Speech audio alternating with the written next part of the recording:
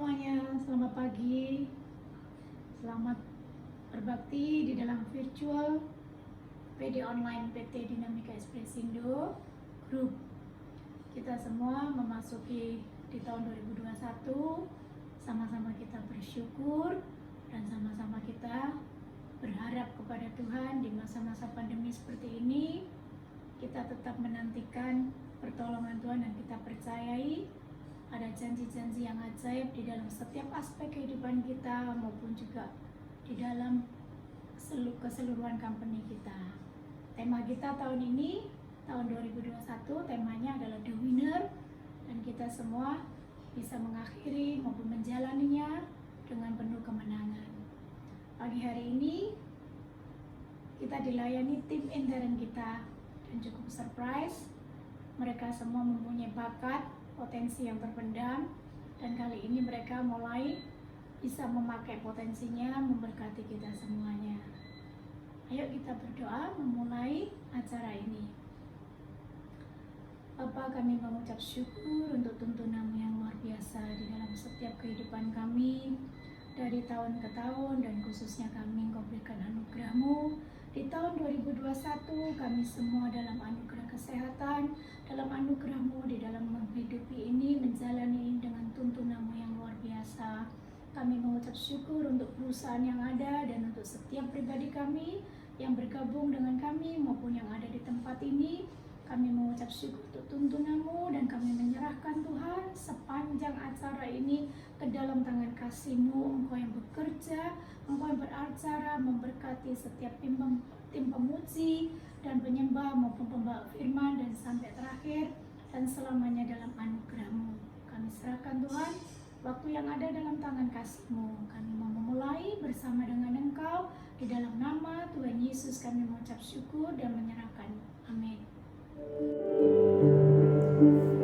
Kami mengucap syukur Bapa untuk setiap penyertaan dalam kehidupan kami.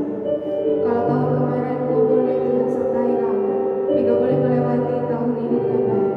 Kami percaya Kau ada bersama kami. Biarlah manis Kau dengar Tuhan pujian kami saat ini. Kami mau menyembah dan memuliakan nama-Mu seumur hidup kami Bapa.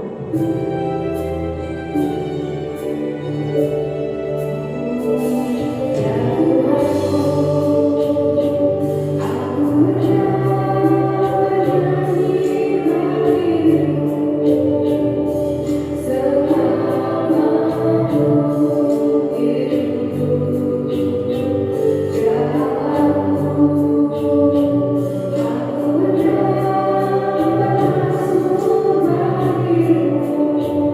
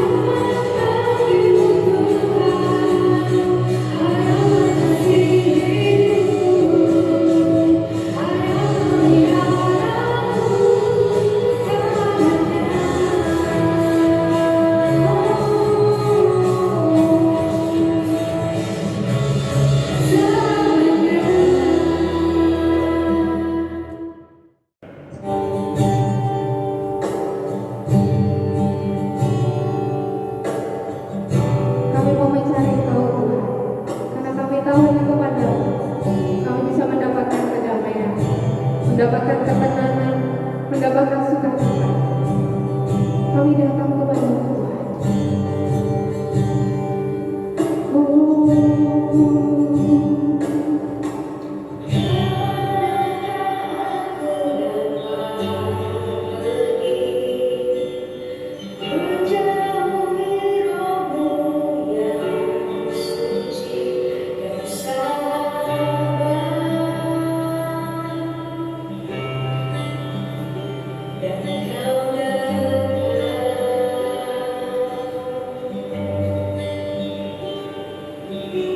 Dan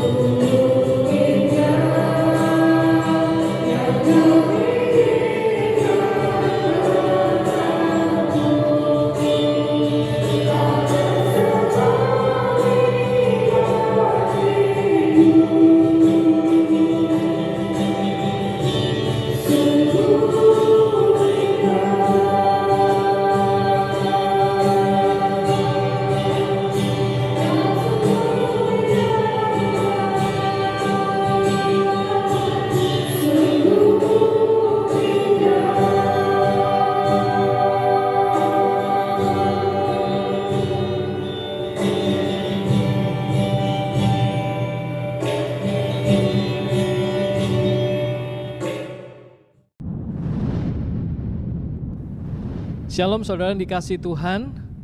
Senang sekali bisa berjumpa dengan Bapak Ibu Saudara semua di sini di dalam satu persekutuan yang indah di dalam Kristus Yesus. Kita memasuki tahun 2021 dan saya mau mengucapkan selamat tahun baru 2021 untuk kita semua.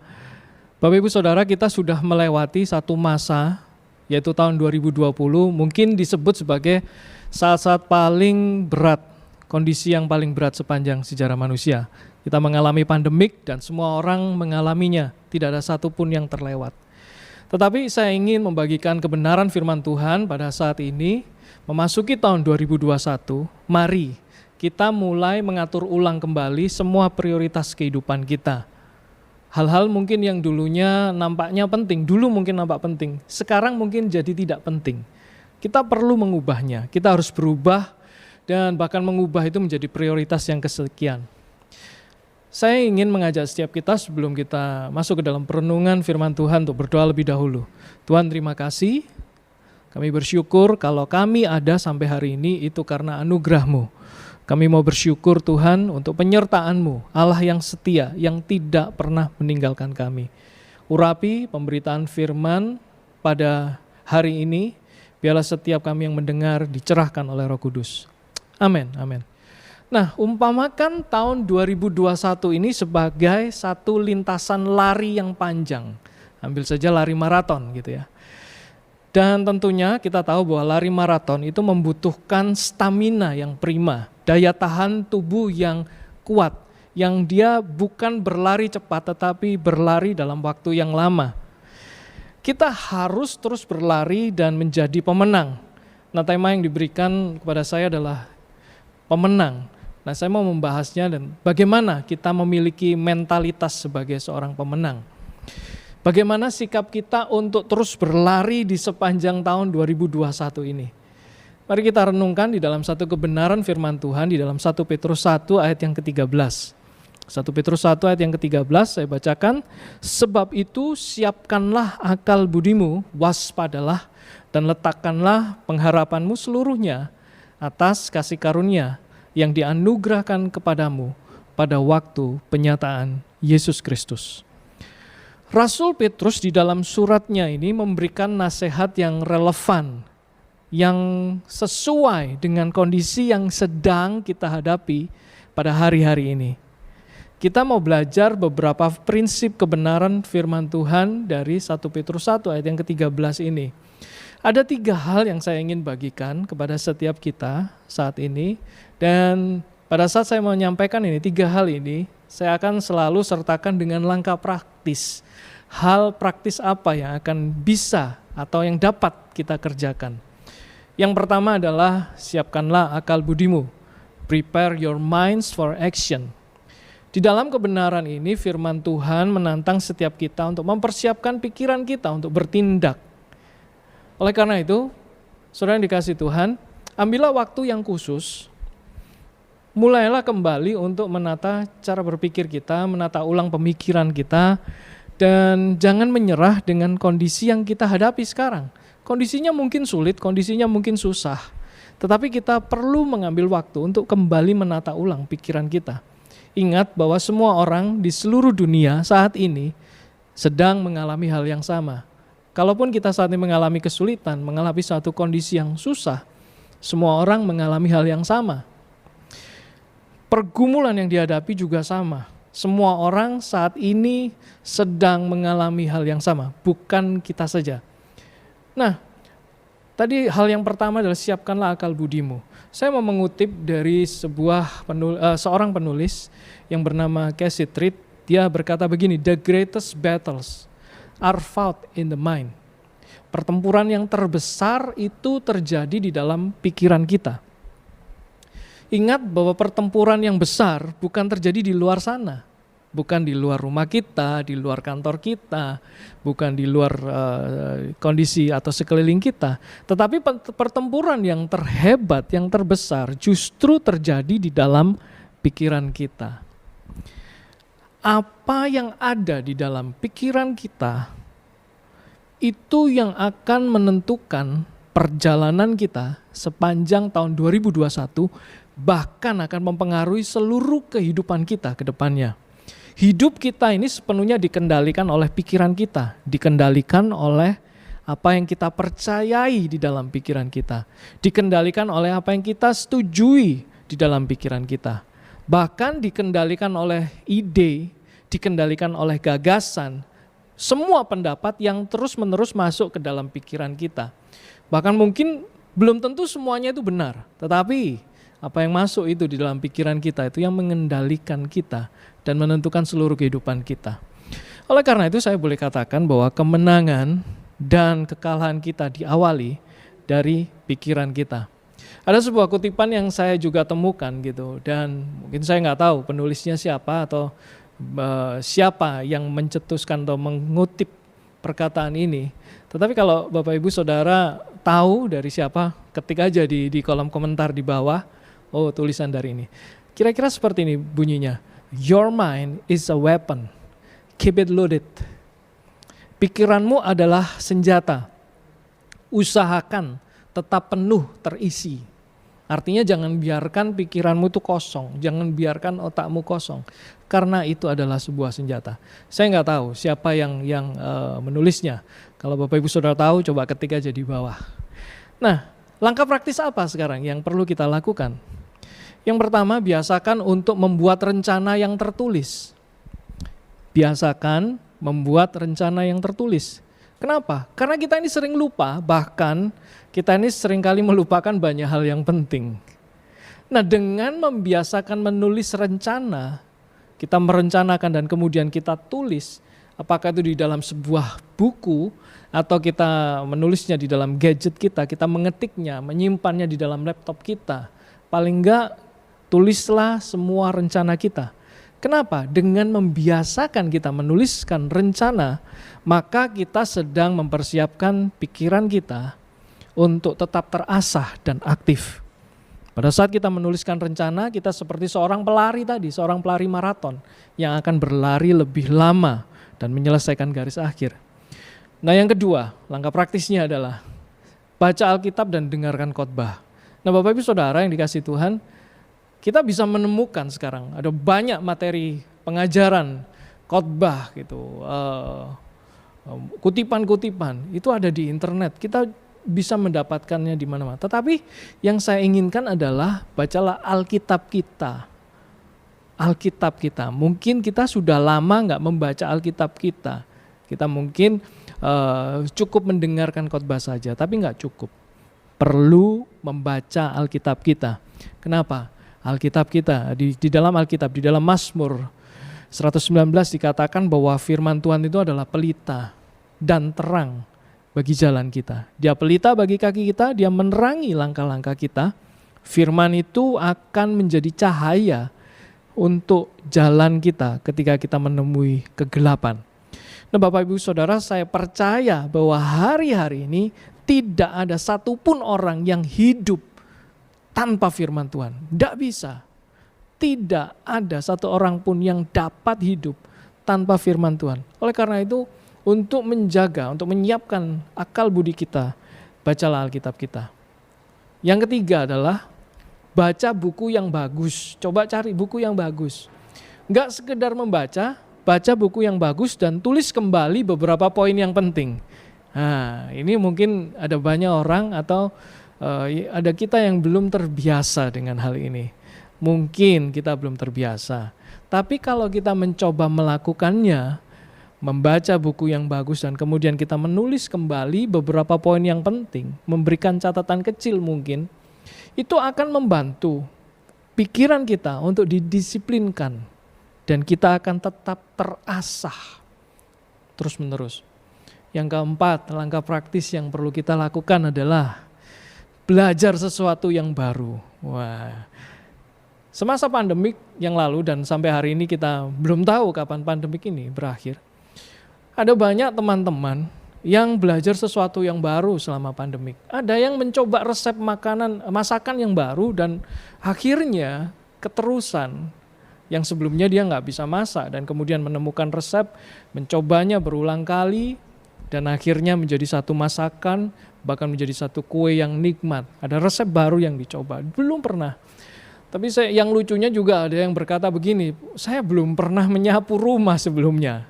Apakah itu dikategorikan sebagai sesuatu yang baru? Ya bolehlah gitu ya.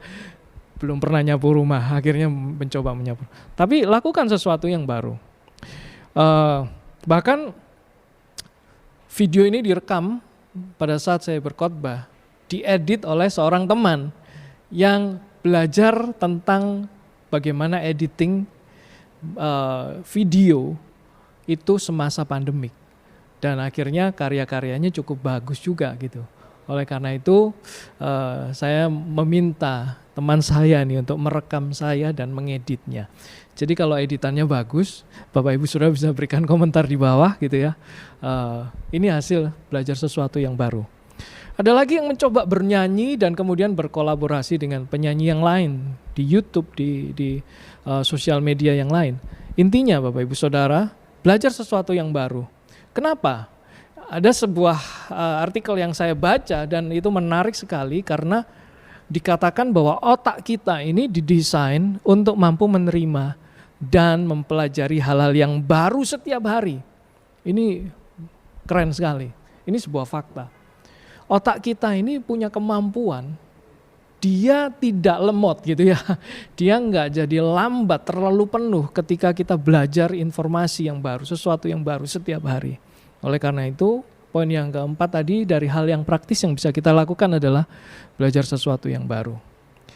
Yang kelima, tuliskan ide-ide yang seringkali tiba-tiba muncul di dalam kepala kita. Biasanya nih kita ini tiba-tiba kita sedang lagi menunggu sesuatu, kita mungkin sedang ada di tempat umum, muncul tiba-tiba satu ide. Nah, yang saya sering kali lakukan adalah saya mencoba untuk menulisnya itu.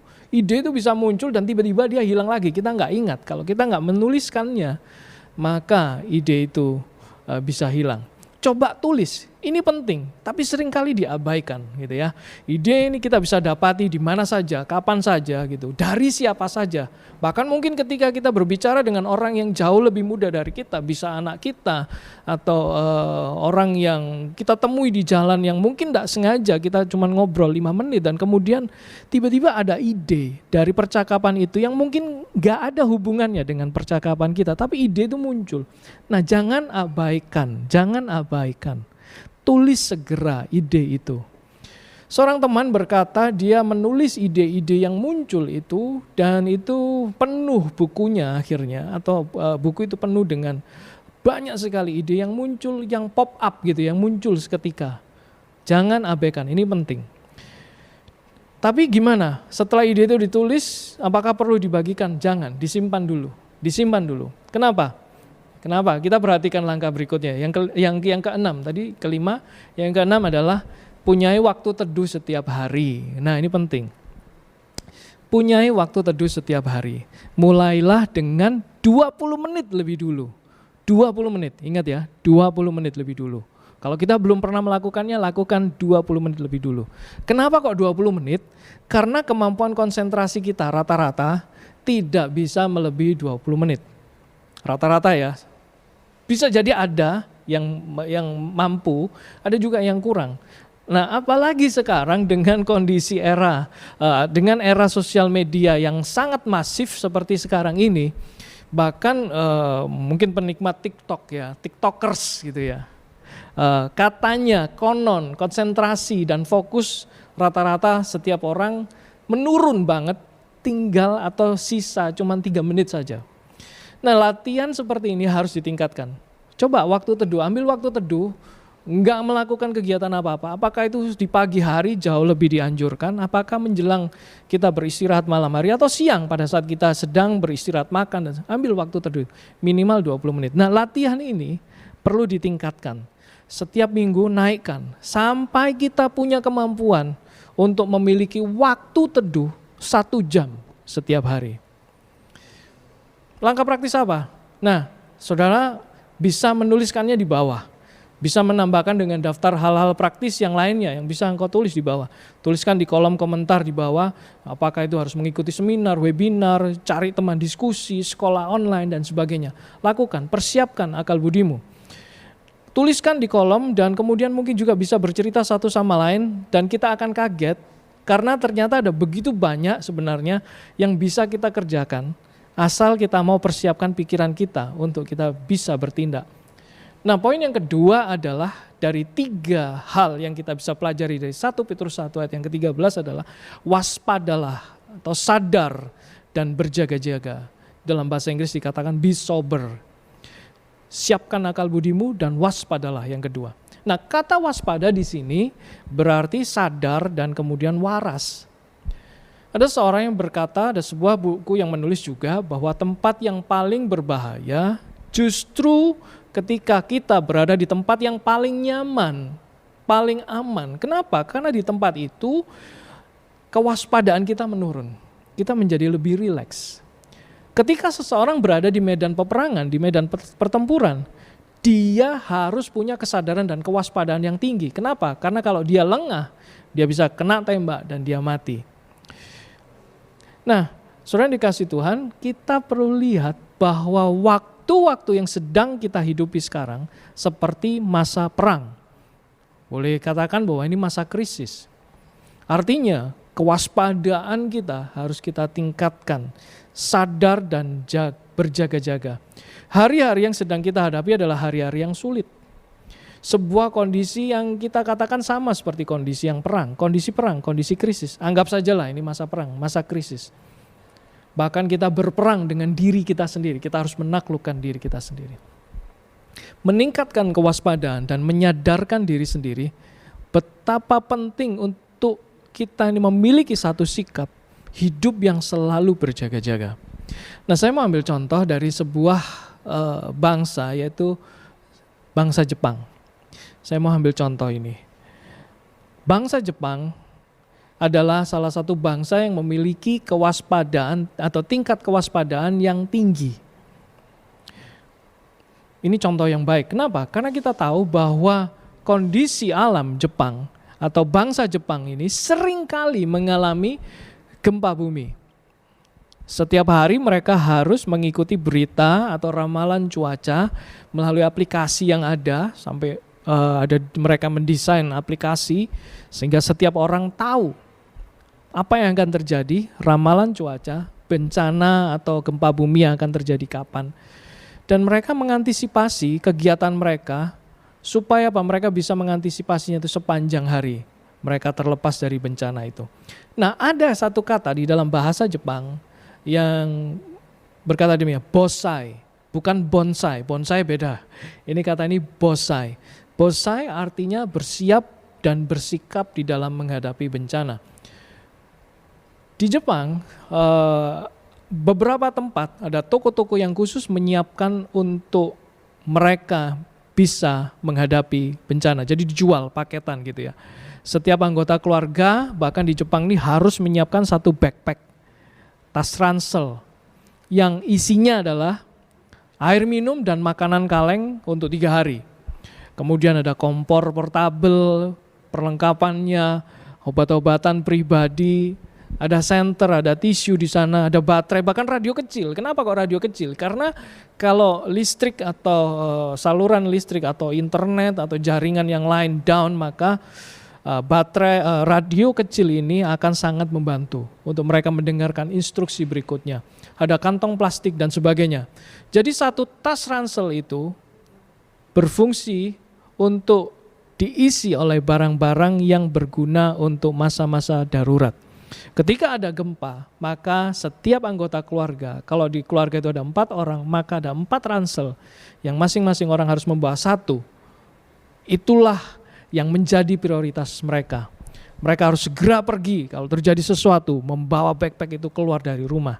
Nah, Bapak Ibu Saudara yang dikasihi Tuhan, bukankah hidup ini sementara juga?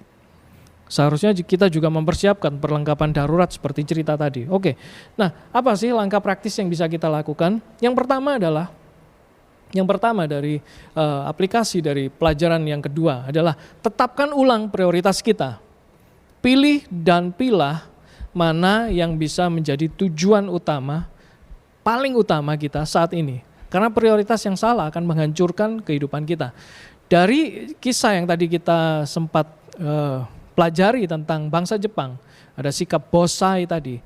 Maka prioritas mereka yang utama adalah menyiapkan tas ransel mereka. Itulah yang menjadi prioritas utama. Ketika sesuatu terjadi, bencana terjadi, maka tas atau backpack itu, ransel yang berisi perlengkapan untuk bertahan hidup itu menjadi sesuatu yang sangat penting. Oke, yang pertama tadi, tetapkan ulang prioritas kita. Yang kedua adalah turunkan standar atau gaya hidup kita. Dengan kata lain, hiduplah sederhana. Pangkas semua biaya pengeluaran yang nggak perlu. Atur ulang keuangan kita. Kita memasuki tahun 2021, kita sudah mendengar ada banyak advice atau nasihat tentang keuangan yang mungkin juga salah satunya berkata jangan ambil cicilan baru, jangan ambil angsuran baru. Oke, nah turunkan standar gaya hidup kita. Ada yang menjual mobilnya dan memakainya cuma satu untuk keseharian.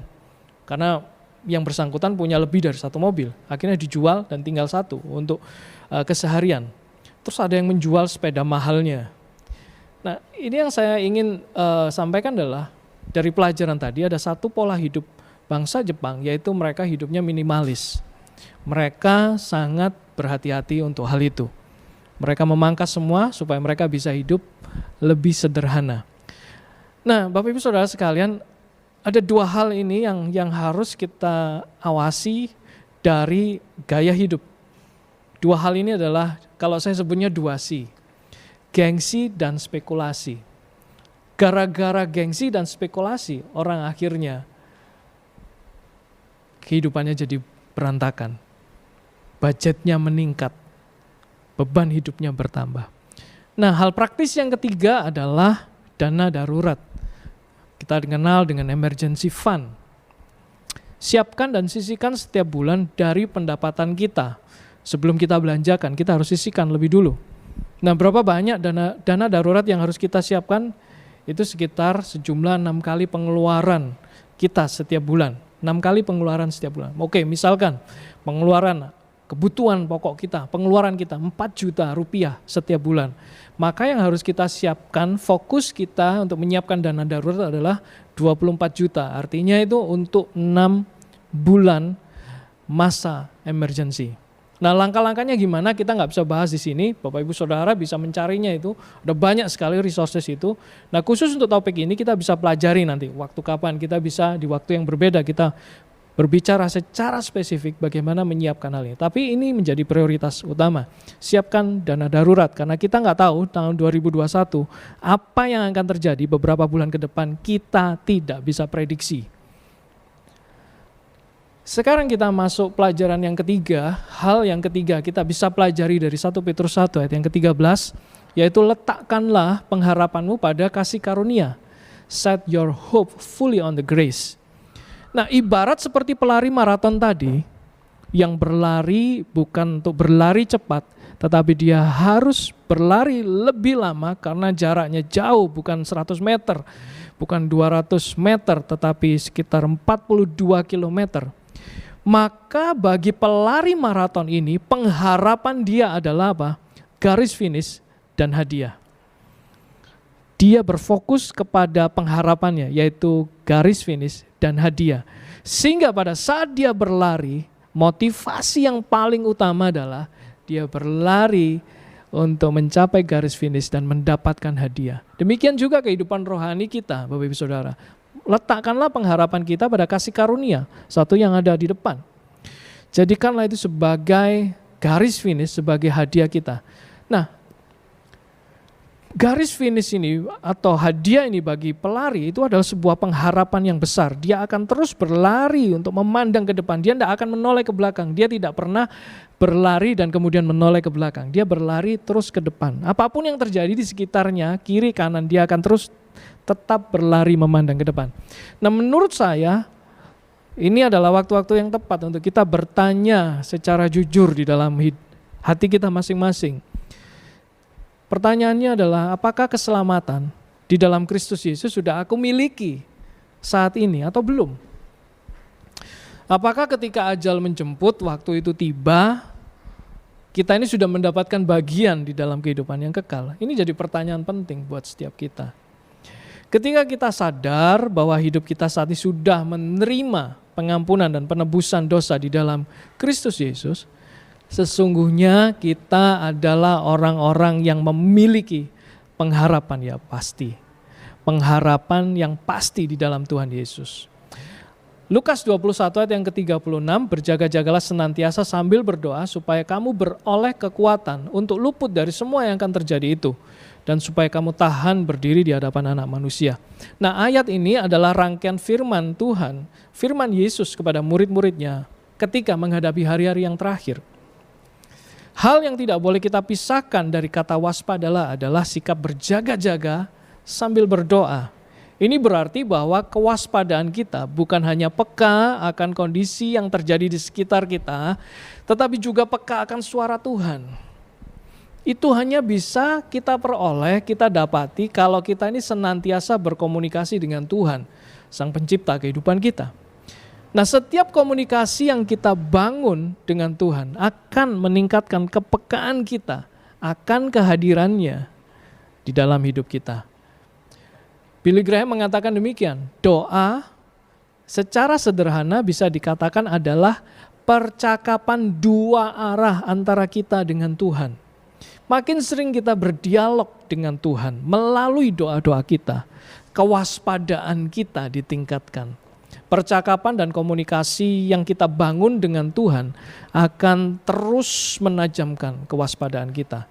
Nah, sama seperti cerita tadi tentang bangsa Jepang, Bosai tadi. Orang Jepang harus terus mendengarkan berita-berita. Mereka harus mendengarkan informasi yang tepat, yang terkini, yang terupdate.